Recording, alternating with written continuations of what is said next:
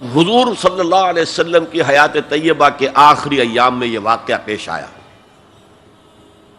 کہ حضور مسجد نبوی میں تشریف فرما ہے، مجمع موجود ہے، اچانک ایک شخص ظاہر ہوتا، شدید و بیاض ثیاب، شدید و سواد شعر، اس کا لباس انتہائی سفید صاف، کوئی اس پر دھبا نہیں، داغ نہیں، میل نہیں، بال انتہائی سیاہ چمکدار، گرد آلود نہیں، ولا یعرفہ احد منا، اور ہم میں سے اسے کوئی پہچانتا بھی نہیں تھا، کسی بھی ریت سے خاک سے بالکل آلودہ ہوئے بغیر بال ہیں، تو شاید یہ مدینے کا رہنے والا ہو، تو مدینے والوں میں سے کوئی تو ہوتا کہ جو اس کو جانتا پہچانتا، کوئی نہ کوئی تو گریٹ کرتا اس کو مجمع میں، آؤ آؤ ادھر آ جاؤ، میرے پاس آ جاؤ، کوئی نہیں۔ اور اگر براہ راست باہر سفر سے آ رہا ہے تو کچھ گرد آلود بال ہوتے، کچھ کپڑے میلے کچیلے ہوتے، تو لوگ حیران تھے، اور مزید یہ کہ اس نے سیدھا تیر کی طرح مجمع کو چیرتا ہوا حضور کے عین سامنے جا کر بیٹھ گیا۔ اب لوگ حیران ہیں، یہ ہے کون؟ اس کی یہ جرت، یہ جسارت، اور اس طرح دو زانو بیٹھا کہ حضور کے گھٹنوں کے ساتھ اپنے گھٹنے جوڑ دیے اور حضور کی رانوں پر اپنے دونوں ہاتھ رکھ دیے۔ اب سوال کیا، یا محمد اخبرنی عن الاسلام، اے محمد مجھے بتاؤ اسلام کیا ہے؟ حضور نے فرمایا وہی جو میں ابھی آپ کو حدیث سنا چکا ہوں، الاسلام ان تشہد اللہ الہ الا اللہ وان انا رسول اللہ وان تقیم الصلاۃ وتؤتی الزکاۃ وتصوم رمضان وتحج البیت ان استطعت الیہ سبیلا۔ پھر کہا اخبرنی عن الایمان، لیکن یہ کہ ان روایتوں میں بھی اس کو روایت کرنے والے بہت سے صحابہ ہیں، عبداللہ ابن عمر بھی ہے، حضرت عمر خود بھی ہیں رضی اللہ تعالی عنہما، ابو ہریرہ بھی ہے،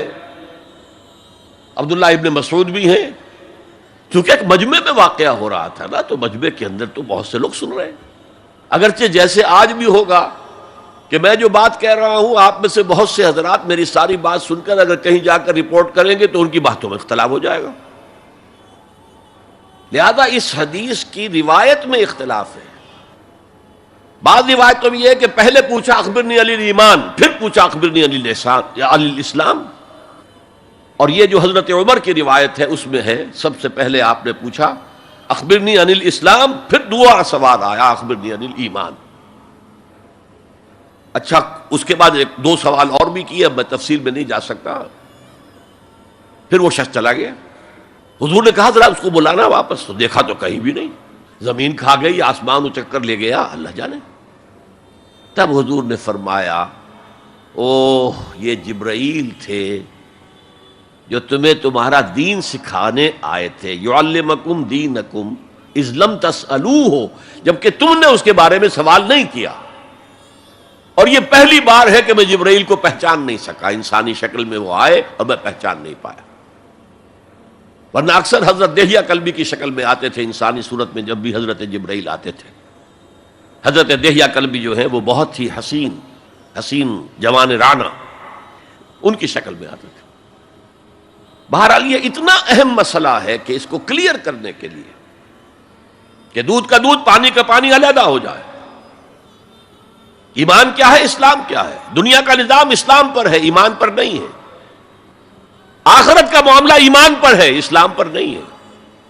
کوئی شخص مسلمانوں کا بہت بڑا قائد ہو، بہت بڑا لیڈر ہو، لیکن ہو سکتا ہے آخرت میں زیرو ہو۔ میں حدیث سنا چکا ہوں آپ کو، ایک شخص دنیا میں